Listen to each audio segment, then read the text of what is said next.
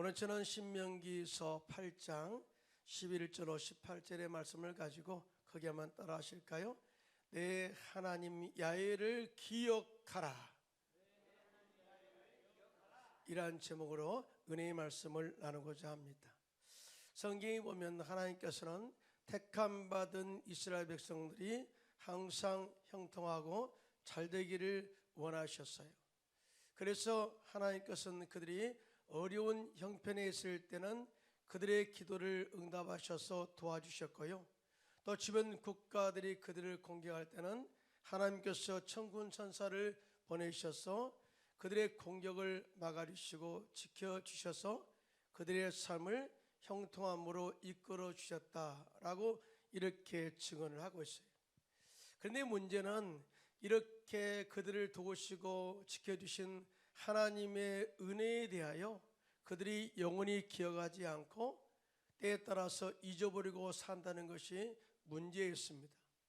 그래서 하나님께서는 이스라엘 백성들에게 너희가 삶을 통해서 경험한 하나님을 항상 마음에 간직하고 기억하라, 또 너희를 구원하신 하나님의 놀라운 능력을 항상 기억하고 자네들에게 그 사건들을 자주 들려줌으로 인하여 어느 때든지 하나님의 전능하심과 은혜를 기억하고 하나님을 겸손하게 사랑하고 섬기라고 말씀하셨어요.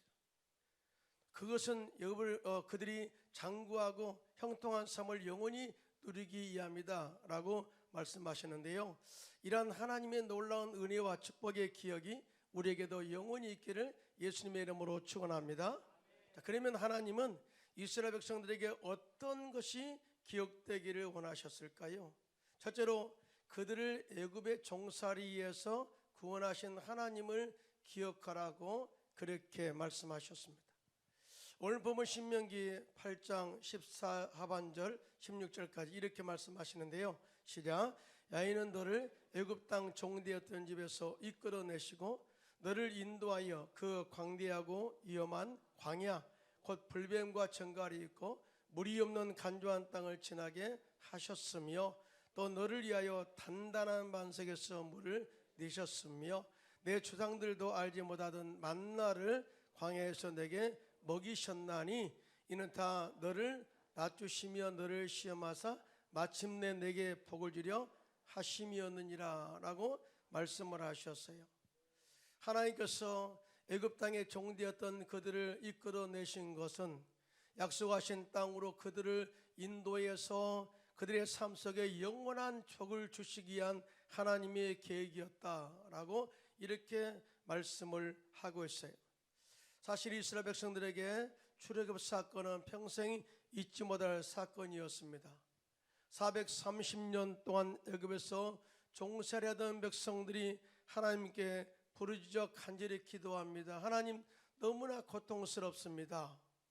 그때 하나님께서 그들의 고통을 들으셨다, 정말 그리고 하나님께서 그들을 구원하셨다라고 하는 이 모든 것은 하나님의 은혜다 라고 이렇게 선포하신 거예요.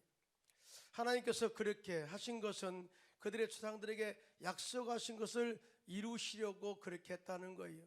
여러분, 하나님은 신실하신 하나님이신데요, 당신께서 약속하신 모든 것은 때가 되면 다 지키시고 이루신다는 사실을 믿으시면 손들고 아멘 하시기 바랍니다. 자, 이렇게 하나님께서 약속하신 것을 지키시기 위해서 그들을 구원하시고 적과 꾸는 가나안 땅으로 그렇게 인도에 들이시고 또 번성한 삶을 살도록 하셨다라고 그렇게 말씀을 하셔요. 그런데 문제는 뭐냐? 하나님께서 그들에 대한 염려가 있다는 거예요. 네가 영원히 잘 살았으면 좋겠는데, 형통이 영원히 삶 가운데 있었으면 좋겠는데, 가만히 생각해 보니까 너희들의 마음의 심보를 보니까 염려하는 것이 하나 생겼어. 그것은 뭐냐? 그들이 가나안 땅에 들어가서 재산이 증식되어지고 소유가 풍부하게 되면 그들의 마음이 교만하여져서 그들을 적과 꾸는 가나안 땅으로 인도해 내신 하나님의 은혜를 잃어버릴까 하는 마음의 염려가 있다라고 이렇게 말씀을 하고 있어요. 사실은요, 이 본문에 이스라엘 백성들에게 강조한 것이 뭐냐? 그래서 야훼가 너를 애굽 땅에서 종되었던 애굽 땅에서 이끌어내신 하나님을 기억하라고 계속해서 강조해서 말씀한 것이, 이것이 주님이 기억해야, 너희들이 기억할 하나님의 뜻이라는 거예요. 여러분, 이 말씀 우리가 잘 생각하면서 한번 오늘 말씀을 들어보시고, 왜 그렇게 하나님께서 이 애굽의 종되었던 곳에서 불러내고 구원하신 은혜를 기억하라고 그렇게 이야기한가를 구체적으로 그 내용을 이야기하고 있어요. 사실 이스라엘 백성들이 애굽의 종살이에서 자유를 얻는 것은 그렇게 쉽게 된 건 아니잖아요. 그들이 이 애굽의 사람들이 바퀴가 최고지에 달했을 때 이스라엘 백성들은 우리가 힘들고 괴롭습니다 하고 간절히 눈물로 부르짖어 기도했어요. 그때 하나님께서 그들의 고통을 보셨다. 또 그들의 부르짖음을 들으시고 호렙산에서 양을 치고 있던 모세를 불 가운데 부르시고 이스라엘의 출애굽의 지도자로 세우셔서 하나님의 능력의 지팡이를 그의 손에 쥐어주시고 고집이 센 애굽의 바로 앞에 서게 하셨어요. 모세가 바로 왕에게 가서 선포하죠. 내 백성을 내어놓아라. 네가 누구냐? 하나님이 보내신 종이다라고 이야기해도 보내지 않아요. 그래서 하나님께서는 모세를 통해서 9가지 재앙을 내리게 됩니다. 먼저 나일강을 피로 묻을게 하는 재앙을 내리죠. 그래도 보내지 않습니다. 개구리가 가득하게 하는 재앙을 그렇게 또 내립니다. 그래도 보내지 않습니다. 티끌이 이가 되는 재앙을 내립니다. 그래도 보내지 않습니다. 파리가 가득한 재앙을 내립니다. 그래도 바로가 마음이 강팍하여 보내지 않아요. 또 돌림병으로 가축이 죽는 재앙을 내려도 까딱없습니다. 악성 종기로 사람과 짐승이 죽는 재앙을 내려도 바로가 절대 이스라엘 백성들을 보내지 않아요. 더 나아가 우박이 내려 모든 채소를 치고 나무를 꺾는 재앙을 직접 눈으로 보면서도 절대 바로가 이스라엘 백성들을 보내지 않아요. 메뚜기가 나타나 모든 식물을 먹어치우는 재앙을 내려도 바로는 마음이 강팍하여 보내지 않습니다. 마지막 또한 흑암이 3일 동안 애굽 땅에 내리는 재앙을 내려도 그가 두렵기는 하나 그러나 마음에 절대 강팍하여 이스라엘 백성들을 내어놓지 않았습니다. 드디어 마지막 10번째 재앙으로 정말 장자가 죽는 재앙을 내리게 돼요. 근데 이 재앙은요, 이스라엘 백성들 고센 땅에도 동일하게 내려지고요, 애굽 땅에도 동일하게 내려집니다. 그러나 이 재앙을 피해갈 수 있는 방법이 딱 하나 있는데, 어린 양을 잡아 그 피를 문설주와 좌우임방에 바르면 죽임의 사자가 지나가는 하나님의 은혜를 입게 되는 그런 재앙이에요. 그래서 이때 이스라엘 백성들은 모세의 명령에 따라 어린 양을 잡아 그 피를 문설주와 좌우임방에 발라옴으로 말미암아서 죽음의 사자가 치고 지나갈 때 이스라엘 백성들의 문에 어린 양의 피가 있는 장자들은 죽지 않았어요. 반대로 어린 양의 피가 없는 모든 사람의 집의 장자는 다 죽게 되었는데요, 그때 애굽의 바로 왕의 장자도 죽음을 당하게 됩니다. 충격을 받은 거죠. 아, 이렇게 하나님은 전능한 하나님이다 라고 그 앞에 무릎을 꿇게 되고요, 드디어 바로는 하나님의 종 모세에게 항복하여 이스라엘 백성들을 풀어 놓아주게 되죠. 영적 자유를 얻게 됩니다. 자, 이 출애굽의 사건은요, 전적으로 하나님의 계획과 역사 가운데, 도심 가운데 이루어진 자유요, 축복이었음을, 은혜였음을 우리가 알 수가 있어요. 절대 이것은 내가 계획한 거야, 그리고 이 신실하신 약속은 내 조상들에게 약속한 것을 이루기 위한 것이야, 내가 한 거야, 이걸 절대 기억해야 돼 라고 그렇게 말씀을 함에도 불구하고, 그런데 세월이 지나면서 하나님께서 그들을 애굽에서 구원하신 은혜를 잃어버리고 퇴색되어 갈 수도 있음에 대해서 하나님은 이미 예측하신 거예요. 그래서 그들에게 내가 종되었던 애굽에서 너희를 구원하신 하나님을 기억하고 절대 잊지 말라 이렇게 말씀하셔요. 이때뿐만 아니라 신명기 15장 15절에도 똑같은 말씀을 합니다. 함께 합독합니다. 시작. 너는 애굽 땅에서 종되었던 것과 내 하나님 여호와께서 너를 속량하셨음을 기억하라. 그것으로 말미암아 내가 오늘 이같이 내게 명령하노라. 여러분, 이런 구절이요, 이 신명기와 출애굽기 안에 무려 16번이나 계속해서 말씀하고 있는 것을 보게 됩니다. 여러분, 왜 이렇게 하나님께서 내가 구원받은 은혜에 대해서 기억하라, 한 번, 두 번, 세 번이면 끝나지 않아요? 무려 16번이나 강조한 이 말씀의 의미는 뭐냐? 구원의 가치가 가장 귀한 것이다 라고 하는 것을 그 안에, 그 기억 속에 입력시키고자 한 거예요. 사실은 그러잖아요. 사실은 그들이 애굽에서 430년 동안 살았어요. 그런데 종으로 살면 하나님을 섬기지 못하고 영적 자유가 없다면 과연 사는 것일까요? 그렇지 않다는 거죠. 그래서 내가 종되었던 그곳에서 이끌어내어 정말 하나님을 섬기며 찬양하며 사는 영적 자유를 준 이 구원의 가치를 너희는 절대 잊지 말라고 하는 메시지를 그 속에 던져주고 있어요. 우리도 마찬가지잖아요. 우리가 마귀의 종으로 살다가 예수님의 십자가의 은혜로 구원받았습니다. 만약 우리가 사나 정말 마귀의 종으로 영원히 살다가 지옥 간다면 과연 그 사람이 인생이 사는 것일까요? 아니라는 거죠. 그러므로 이 구원의 가치가 정말 중요한 거야. 이건 절대 잊지 마라. 이걸 잃어버리면 다시 세상길로 갈 수가 있어. 이걸 잃으면 다시 우상을 섬기고 우상의 종이 되는 거야 라고 하는 메시지를 그들에게 전하고자 한 것입니다. 더 중요한 것은 이 엄청난 일은 너희가 스스로 할 수 있는 것이 아니라 오직 하나님만, 오직 하나님의 도우심으로만 할 수 있는 것이야 라고 절대 전능의 주권을 잊지 마라. 오직 하나님이 너를 도우심에 대해서 잊지 말라고 하는 의미가 그 말씀 속에 포함되어 있어요. 그런데 본문에 그들에게 모든 일이 잘 되어서 형편이 잘 풀려 소유가 풍부하게 되면 마음이 교만하여 하나님을 잃어버릴 수도 있다고 하고 없다고 염려하는 모습을 보게 되죠. 다시 한번 읽어볼까요? 신명기 8장 12절로 14절 시작. 내가 먹어서 배부르고 아름다운 집을 짓고 거주하게 되며 또 내 소와 양이 번성하며 내 은금이 증식되며 내 소유가 다 풍부하게 될 때 내 마음이 교만하여 내 하나님 야훼를 잃어버릴까 염려하노라.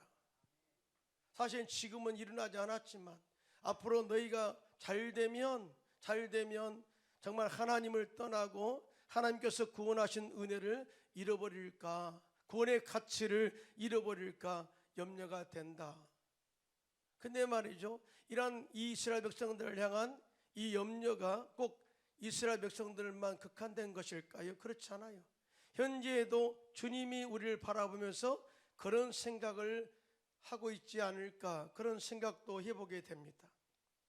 우리가 예수님을 믿어 구원받은 것은 전적으로 하나님의 선택적 은혜요, 하나님의 계획과 하나님의 능력으로 된 것임을 믿으신 분만 손들고 아멘 하시기 바랍니다. 우리가 자격이 있어서 구원받은 사람 없어요?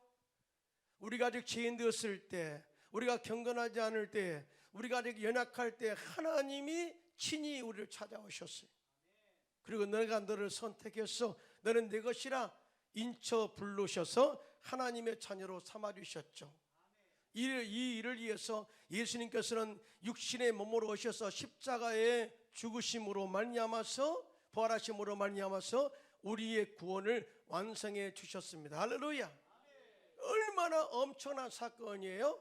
자, 이렇게 당신께서 친히 십자가에 죽으시고 부활하심으로 말미암아 구원하신 이 구원의 가치와 은혜는 항상 우리의 마음에 영원히 보존되어야 된다. 그리고 영원히 기억하고 있지 말아야 된다. 그리고 하나님께서 나를 선택하신 하나님의 은혜에 늘 감사하고 겸손하게 하나님을 섬기는 그런 마음의 결단이 있고 영원히 기억해야 된다라고 말씀을 하고 있어요. 여러분 믿으시면 아멘 하시기 바랍니다. 자, 우리가 처음 예수님을 믿어 구원받았을 때 은혜에 감사하여 잊지 않으려고 참 노력 많이 했죠. 처음 사랑을 회복하기 위해서 날마다 때가 되면은 금식성에 가지고 기도도 하고, 또 새해 첫날 1, 2, 3일을 금식하면서 기도로 시작했던 우리의 처음 사랑의 모습이 참 진지했고요, 얼마나 간절했는가를 우리가 한번 경험을 통해서 알 수가 있죠. 또 뿐만 아니라 이 은혜를 잊지 않으려고 봉사처에 들어가서 성가대도 봉사하고요, 지역장, 구역장으로 봉사하고 열심히 전도해서요 예수 중심으로 살려고 노력을 많이 했던 때가 있었죠. 또 뿐만 아니라 환경적으로 고난이 다가오고 힘들 때가 오면은요 정말 지칠 때가 있잖아요. 그럴 때 우리의 자신의 부족함과 능력의 한계를 느끼면서 또 인정하면서 겸손하게 하나님 나에게 힘과 능력을 허락해달라고 기도하면, 놀랍게도 하나님께서는 우리에게 은혜를 부어주셔서 성령 충만한 능력으로 다시 열심히 봉사했던 것들이 잃어버릴 수가 없어요. 그런데 어느 때인가부터 잘 되고 나니까 하나님의 도우심을 구하지 않습니다. 하나님의 은혜를 잃어버리고 살아갈 때가 많이 있어요.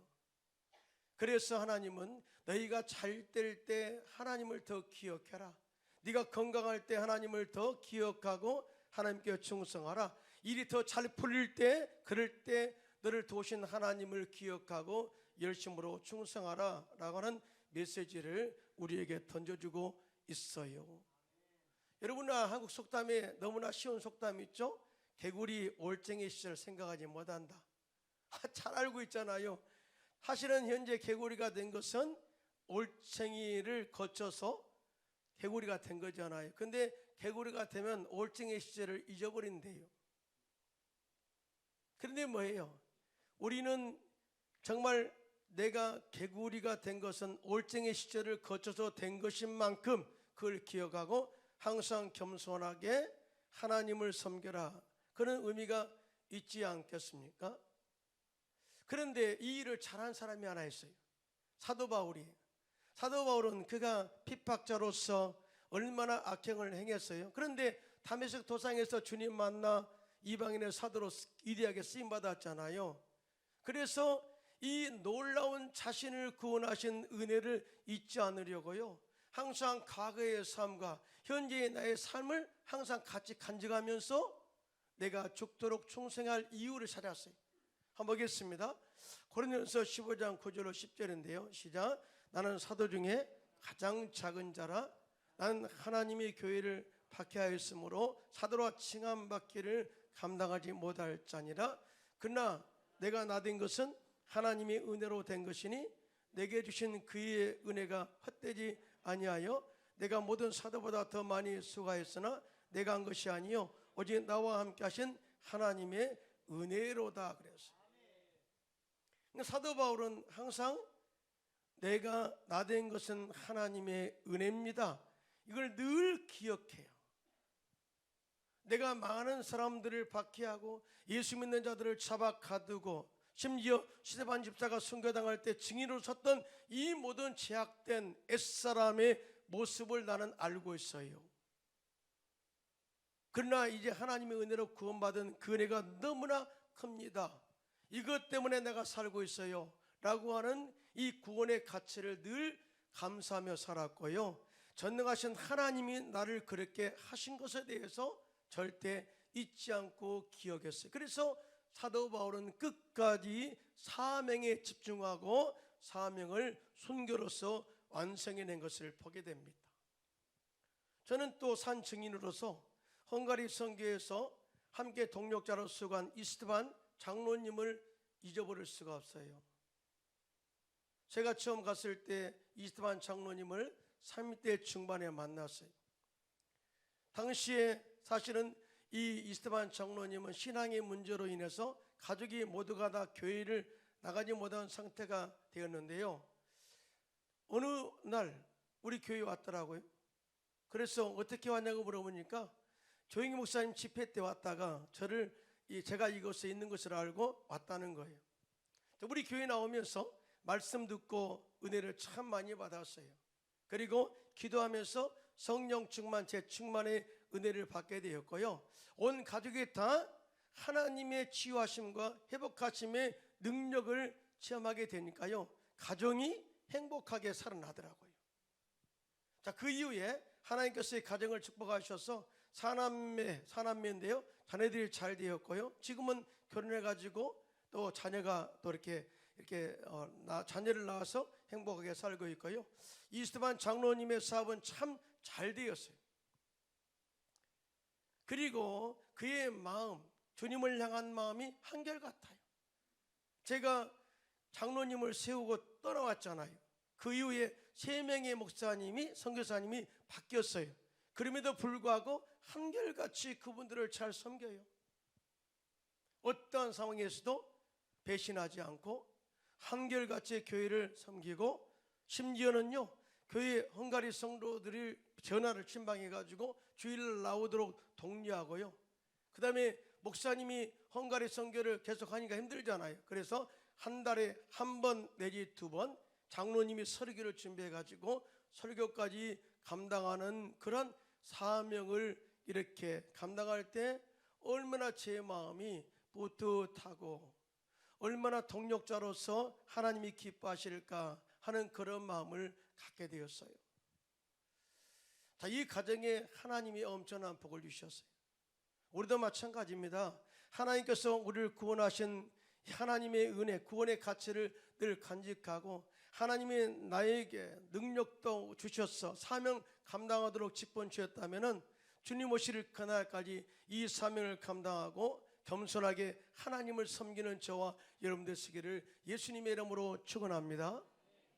자, 2번째로, 자, 그들에게 재물 얻을 능력을 주신 내 하나님을 기억하라. 재물 얻을 능력을 하나님이 그들에게 주셨다. 이거 굉장히 중요한 메시지거든요. 오늘 본문, 자, 좀 심각한가 봐요. 아멘을 안 하시네요. 하나님께서 그들에게 재물 얻을 능력을 주셨다. 할렐루야. 예. 자, 이것은 우리에게도 동일하게 주셨다는 의미가 있어요. 믿으시면 아멘. 자, 오늘 본문 신명기 8장 17절로 18절 시작. 그러나 내가 마음에 이르기를 내 능력과 내 손의 힘으로 내가 이 재물을 얻었다 말할 것이라. 내 하나님 아이를 기억하라. 그가 내게 재물 얻을 능력을 주셨습니다. 이같이 하시면 내 조상들에게 맹세하신 언약을 오늘과 같이 이루려 하십니다. 이 말씀을 통해서 하나님께서 이스라엘 백성들에게 기억해야 할 것을 말씀하시는데요, 내가 너희 조상들에게 약속하신 것을 이루기 위해서 너희들을 적과꾸는 가나안 땅으로 이끌어 내셔 그곳에서 살게 하면서 그 땅을 또 이렇게 그 땅의 축복을 누리며 살게 할 것이다 라고 말씀하시면서, 그렇게 너희가 반드시 살게 된 이유는 내가 너에게 재물 얻을 능력을 내 손에 주었습니다. 그래요. 놀랍잖아요. 그냥 너 가나안 땅으로 들어가 그리고 그거 살아, 그것이 아니라 그 땅에 들어가게 한 것은 내 조상들에게 약속한 것을 이루기 위함이라. 그런데 그냥 보내지 않겠어? 그 땅을 정복하고 다스리고 그 축복을 누릴 수 있는, 그 놀라운 축복을 누릴 수 있는 것을 내가 너에게 내 손에 주겠다는 거예요. 이게 하나님께서 원하시는, 우리를 향해서 원하시는 뜻이라는 사실을 믿으신 분만 손들고 아멘 하시기 바랍니다. 이걸 받아들여야 돼요. 진짜 새해에는 이렇게 재물 얻을 능력을 여러분의 손에 하나님이 친히 쥐어줄 줄로 믿습니다. 한마디로 하나님이 없는 곳에는 재물 얻을 능력이 없다는 거예요. 사람들은 교만하여 사람들이 뭉쳐서 연합하면 유토피아를 만들 수 있다고 생각을 할 때도 있어요. 20세기 초에 칼 막스는 공산주의 유물론 사상과 철학을 만들어 많은 사람들의 마음을 흔들어 놓았어요. 그래서 1997년 막스 레닌에 의해서 공산주의가 수립되었습니다. 자, 그들은 생각하기를 하나님 없이 모든 인간이 계급과 권리를 평등하게 하고 경제 규모를 똑같이 하면 모든 사람들이 동일하게 잘 먹고 잘 살 수 있다는 이 사상적인 이론, 공산주의의 이론을 선포했습니다. 이 사상은 이 땅에 새로운 천국을 건설한다는 소리같이 들렸어요. 그래서 전 세계가 흥분해서 많은 나라가 공산국가를 채택하기도 했습니다. 자, 그들은 하나님의 존재를 부인합니다. 그들이 노력하면 다 잘 살 수 있다고 그렇게 했죠. 자, 하나님의 존재를 부인하고 대적한 그들이 공산주의의 이론처럼 유토피아를 건설해서 잘 살게 되었을까요? 그렇지 못했죠. 아시다시피 소련은 1985년부터 1991년도까지 고르바초프가 지배하면서 이 땅에 서방 외교가 시작되었어요. 옛날에는 공산주의 그들만 함께 교제하다 보니까 더 탈출구가 없는 거예요. 근데 고르바초프는 좀 깨있는 사람이었습니다. 그래서 서방 외교가 시작되었고 국민 사유 재산의 보장이 필요하다 하고 생각했어요. 그리고 사람들에게는 자유민주주의가 필요하다라고 그렇게 필요성을 인정해서 1991년도에 공산주의를 해체해버렸어요. 그러니까 소비에트 연방공화국이 해체돼 버린 거죠. 동구권도 해체돼 버린 거죠. 그리고 사임을 해버렸어요. 나 이제 서기장 안 해 하고 사임을 해버렸어요. 자, 이 일로 인해서 1990년도 고르바초프는 노벨 평화상을 받았죠. 자, 이 일로 인해서 1989년도에 헝가리가 독립을 했고요. 제일 먼저 동구권에서 그의 체코, 슬로바키아, 그 다음에 그 주변에 또 크로아티아, 슬로베니아, 요즘 유고슬라비아도 늦게 독립했고요. 루마니아도 늦게 독립했고, 이런 모든 것들이 그렇게 탈출을 하고 자유민주주의를 선택하게 되었습니다.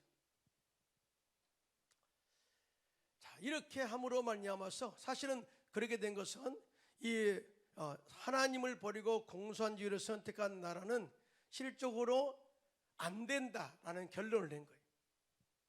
아무리 노력해도 못 살게 된다. 결국은 망할 수밖에 없다. 그래서 그들이 이 국경을 다 해체하고 하나님을 받아들이고 믿음을 받아들여서 지금은 서서히 다시 회복하고 경제적으로도 부강하게 이루어가는 것을 보게 됩니다. 하나님이 그들에게 재물 얻을 능력을 주신 거죠. 여러분, 대한민국 한번 볼까요? 대한민국은 남북한으로 나누었잖아요. 북한은 하나님을 받아들이지 않았어요. 생명의 주를 죽였어요. 결국은 피폐한 나라가 됐잖아요. 그러나 대한민국은 예수님의 죽으심과 부활하신 생명을 받아들여서 이 땅에 복음의 씨앗을 심었어요. 그 결과 이 땅에 엄청난 하나님의 축복이 임하게 되었죠. 사실은 우리나라 가운데 북한은 지하 자원이 있지만 한국 남한은 지하 자원이 그렇게 풍부하지 않습니다. 그런데 하나님께서 우리 대한민국에 재물 얻을 능력을 주셨습니다. 할렐루야. 그래서 조선, 반도체, 그 다음에 자동차, 방위산업, 원자력, 의료, 건설 분야에까지 탁월한 재능을 주셔가지고 전 세계 영향을 미치는 경제 대국으로 세우셨어요. 유럽에 가면, 특별히 이렇게 동구권에 가면은요, 우리나라 기업이 안 들어간 데가 없어요. 지금 전 세계 우리나라 기업에 들어가지 않은 나라가 없을 정도로 그 영향력은 대단합니다. 그리고 성령으로 충만해서 우리가 세계 선교를 위해서 기도하자 하나님께서 각 교단마다 큰 부흥을 이루어서 5만 교회를 세우고 10만 주의 종들을 배출하였고 약 1000만 기독교인들을 세우셔서 제2의 세계 선교국가를 이루게 하셨어요. 엄청난 하나님의 축복이죠. 이걸 절대 교회가 잊어버리지 않기를 예수님의 이름으로 축복합니다. 이거 잃어버리면 사명 잃어버리고 결국 하나님께서 주신 축복도 다 잃어버릴 수가 있다 그 말이에요. 절대 우리는 이 하나님이 우리에게 부어주신 지혜와 축복, 은혜를 잃어버리지 말고 대를 이어 우리가 이 사명을 감당했으니 대를 이어 계속 그 전통이 이어가도록 전수해 나가는 우리 교회 성도들이 되시기를 예수님의 이름으로 축원합니다. 이걸 기억하라는 거예요. 우리들은 하나님께서 아브라함 믿음의 조상으로 부르셔서 어떻게 하나님께서 아브라함을 축복하셨는가를 기억해야 돼요. 창세기 12장 1절로 2절을 보니까 이렇게 하나님께서 아브라함에게 축복하십니다. 시작. 여호와께서 아브라함에게 이르시되 너는 너의 고향과 친척과 아버지의 집을 떠나 내가 내게 보여줄 땅으로 가라. 내가 너로 큰 민족을 이루고 내게 복을 주어 내 이름을 창대하게 하리니 너는 복이 될지라 그랬어요. 자, 이 아브라함은 가만히 있어요. 그런데 하나님이 아브라함을 선택합니다. 그리고 그에게 복 주시기를 작정하셨어요. 그리고 너는 이 복을 받기 위해서는 본토 친척 아버지 집을 떠나라. 그리고 너의 마음속에 하나님의 영롱한 꿈을 가지고 출발하라 하는 메시지를 줘요. 자, 이렇게 하나님의 꿈을 가슴에 품고 출발한 아브라함과 하나님께서 함께 하심으로 말미암아 재물 얻을 능력을 주심으로 말미암아 심지어 그가 실수하고 어려운 고난이 있어도 항상 재물이 그와 풍성한 재물이 그와 함께 있었고 하나님께서 풍성한 은혜를 허락하심으로 말미암아 그걸 창대하게 하신 것을 보게 됩니다. 자, 그런데 말이죠. 세월이 지나도 자식이 없어요. 재물의 복은 얻었지만 자식이 없어요. 그래서 아브라함도 인간인지라 마음에 좀 근심이 있고 걱정이 있어서 인간적인 방법을 한번 생각해 보죠. 하나님, 나는 자식이 없네요. 내 씨로 말미암아서 번성의 복이 임한다고 했는데 내 씨가 없네요. 그러면 내가 한번 생각해 볼게요. 내 자식은 없으니 나의 상속자는 이 다메섹 사람 엘리에셀 내 종이 상속자가 되는 것이 있죠. 그래. 이미 정한 것처럼 그렇게 말을 해요. 여러분, 이 다메섹 사람 엘리에셀은요, 이 아브라함이 진짜 신뢰한 종이에요. 심지어 이삭의 아내를 리브가를 데려올 때도 직접 간 것이 아니라 이 종 다메섹 사람 엘리에셀을 보내서 데려오게 해요. 그 정도로 신뢰한 가족처럼 생각한 종이었어요. 그래서 내 상속자로 생각할 만도 하지 않아요. 그래서 그렇게 말을 하니까 하나님이 아브라함에게 임하여 이르시기를, 아브라함에게 임재했다 그 말이에요. 그리고 말씀하시기를 그 사람이 내 상속자가 아니라 내 몸에서 날짜가 내 상속자가 되리라 하시고, 창세기 15장 5절로 6절 하나님이 어떻게 지시한가 보겠습니다. 시작. 그를 이끌고 밖으로 나가 이르시되 하늘을 우러러 무뼈를 셀 수 있나 보라. 또 그에게 이르시되 내 자손이 이와 같으리라. 아브라함이 야훼를 믿으니 야훼께서 이를 그의 의로 여기시고 그랬습니다. 우리는 힘들고 어려울 때 인간적인 방법이 동원하고자 하는 유혹이 있다는 거예요. 그럴 때 절대 그러면 안 된다는 거죠. 그럴 때 하나님이 나에게 어떤 약속을 하셨는가를 생각하고 하나님의 꿈과 비전을 다시 품으라는 거예요. 하늘을 바라보면서 주님, 이 꿈을 하늘의 별처럼 많아질 것을 내가 믿고 꿈꾸고 기도합니다 라고 하는 거예요. 아브라함은 그렇게 위기 가운데 하나님의 인도하심을 받아요. 그래서 그가 하나님의 꿈을 다시 마음에 품고 실천했더니, 순종했더니 하나님께서 그에게 재물 얻을 능력을 주실 뿐만 아니라 상속자 이삭을 그에게 주어서 믿음의 조상으로 세우신 것을, 반열에 세우신 것을 보게 됩니다. 할렐루야. 사랑하는 성도 여러분, 하나님 없이 우리는 아무것도 할 수 없어요.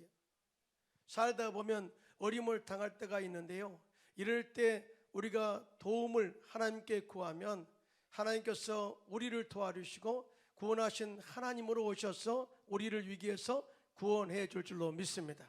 그리고 우리의 축복권은 오직 하나님의 손과 도우심에 있음을 알고 지금까지 환경적인 요인으로 사업이 힘들고 어려웠다고 하지만은 하나님께서 나에게 재물 얻을 능력을 다시 한번 내려주셔서 금복보다 거룩한 삶인 이 삶의 목적인 선교와 전도에 또 구제에 헌신하도록 기도한다면 하나님께서 다시 우리에게 재물권을 허락할 줄로 믿습니다. 이러한 하나님이 우리와 항상 함께 하시고 도와주심에 기억하고 올 한 해에도 큰 복보다 큰 일하는 우리 성도님들이 되시기를 예수님의 이름으로 축복합니다.